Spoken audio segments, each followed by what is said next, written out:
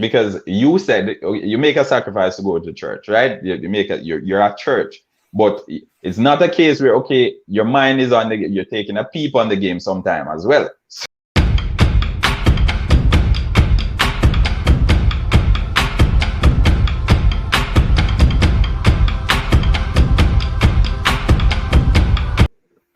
The church in traditional years, in previous years, was seen as that avenue where when things weren't going right in society, people turned to the church.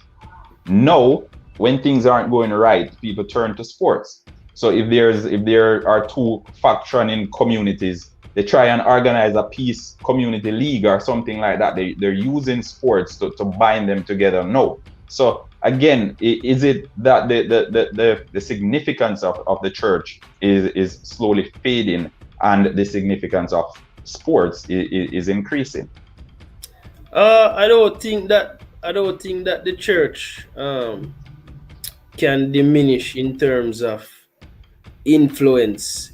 There are some people in the church who can get buyout, and there are some people who can be corrupt and don't do them work. But I don't really feel like the influence of the church is just that the church is a sleeping giant.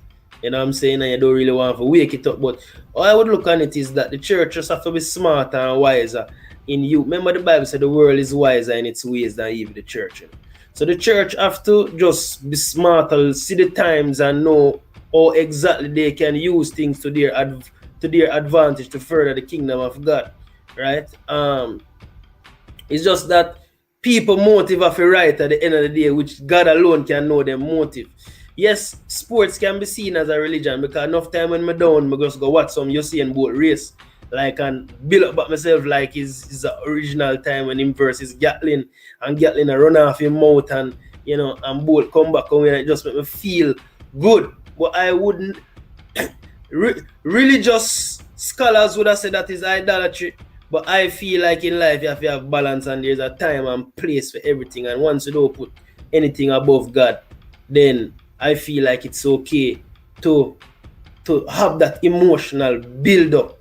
Right? It's kind of difficult because I hear, you know, a lot of times shout, you know, like people that say shout like at a football match in praising God. Yes, there's a time and place, but remember, you know, what God says that not the man who go out on the road and make the noise out, the man who go in his closet and have a reasoning with God is what him value the most, is what is most important to him, you know, in relationship rather than you going into a church. You know, yes, the church is there where me and you and everybody who come into church have a common goal and do not forsake the assembling of the brethren, but that is just a part of it. You know what I'm saying? It's just that we make it big about the temple and the building, but really and truly, me personally, my advocacy is more about relationship and more this temple more than the the body is the temple of God, eh? Right. So that is why you will see me take the approach of, it's not necessarily that me a dance around the question, but that is the approach that I believe more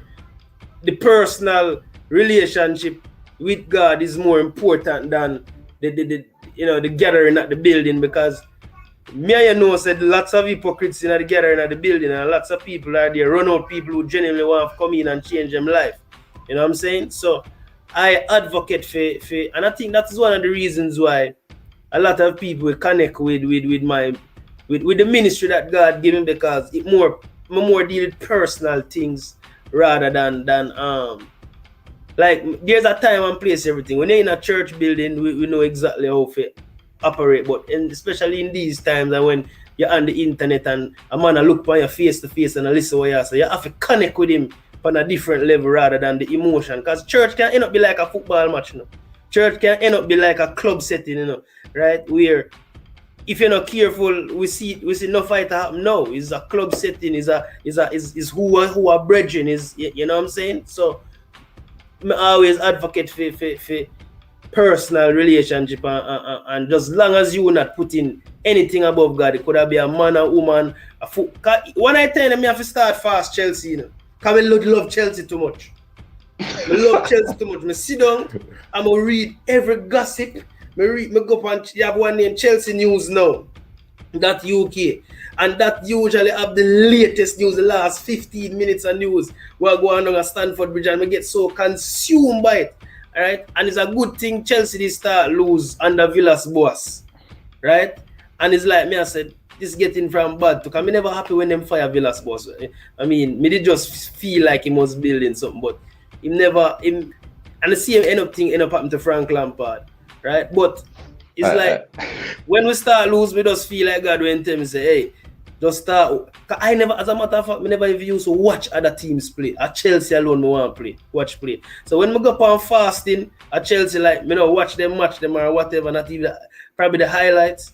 I start watch Man U, Liverpool, and I start enjoy the game more rather than hate them like poison. You know what I'm saying? So you really sometimes it can be a religion and we don't even know. It can be idolatry. And we don't even know. Cause you have some, like me as a pastor now, I go see, like, I go up to one church the other day and I have my Chelsea jersey and a man say, take off that man. So I say, which team you cheer for him? The devil. Right? So you know him at Manchester United, but true him know me a pastor.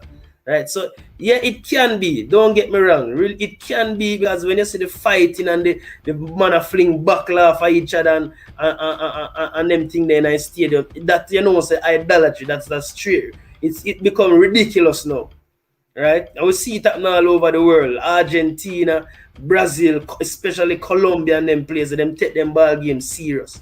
You know what I'm saying? And certain high school too. Because one time when we go play against Glenmuir, buckle start fling and all kind of something, mush it. People take up loss and want to fight and all them kind of thing there. So you know in a certain place, it is a religion, it is a cult. Right, but you personally, I was going to get to that, the cult aspect, because at what point does it become a cult? Because we know the media, they won't come out and say it, but these folks who consume football and who watch football on a daily basis, like myself, because I won't take myself out of the equation, because I watch a lot of football and I listen a lot of football, and the halftime TV faithful who are over here, they know that I watch roughly close to maybe 200 hours of football a week. All right, and this is across all the leagues, and I'm so consumed by my love of football that at times nothing else matters. Right, nothing else in this world matters but football. And again, how do youngsters or people like me, how do they draw that line, strike that balance? Because it becomes an issue when you're too invested in it. Of course. It definitely becomes an issue. And brother, when Chelsea used to lose, my father have to tell my wife, say, don't talk to him right now. No. Because she say, that before I did married. Uncle Paul, did Chelsea lose? Yes. Don't talk to him right now. Just leave him alone. And I remember in 2009, Chelsea play against Barcelona and we lead the boy them 1-0. See, now we get about 6 penalty and Iniesta lick 92nd minute, I believe, man. Right? And our late 90 or late 88th minute. And my brethren, he is a Man U fan, he might watch the game over in the other room. And the man just calm, I think, after when Man U lose and then we lose the final to Barcelona. I'm say, how you so calm, brother? Who you do that? And him just say, just over time, you know. I always wanted to be that calm when it comes to sports, not so like what, and it boils down to putting God first for me.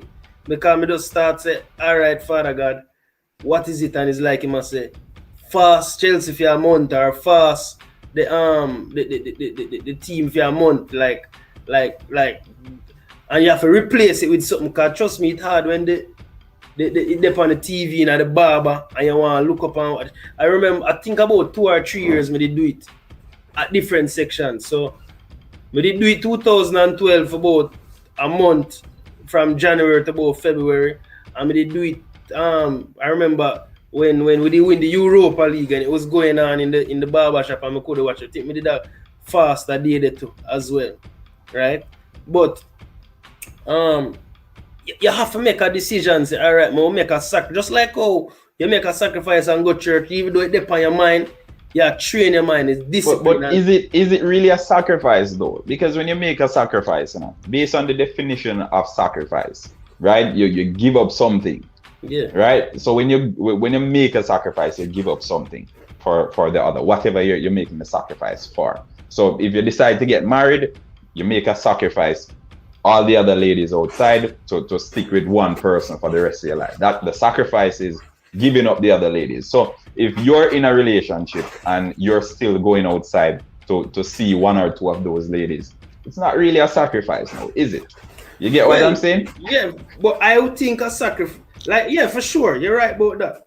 But you making a sacrifice does not mean you don't desire to have it, you know. Yeah, but desiring it and partaking, because you said you make a sacrifice to go to church, right? You're at church, but it's not a case where your mind is on you're taking a peep on the game sometime as well. So again, let's take a check on the score. Yeah. Still, yes. Not perfect, but we are trying. I think it's all about effort with God still, you know, until you reach a level of maturity and expect the full level. So that's how you look on it. Like, you make an effort, you know what I'm saying? It's a faith move. Some people strong enough to don't peep. Some people, you know, take a little peep and say, God forgive me, and keep going, you know what I'm saying? But it is where you are mentally, and it's just like enough people ask me,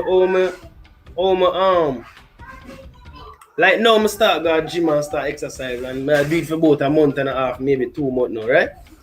And people say, boy, I would love your discipline. The truth is that I was mentally preparing for months before going into the gym. Mentally preparing to John, I have to go to the gym and then start do some little exercise for my own. So I was doing the pre-work before the actual work start. So if me probably didn't know fasting was something I do regular. So I know like some could have just get up and fast Chelsea for 1 month just so. You know what I'm saying? It's difficult for, but I did some pre-work. I did take time, miss 2 things, and you know what I'm saying, don't check the score here, until I get the strength. So it's all about taking baby steps until you reach that level.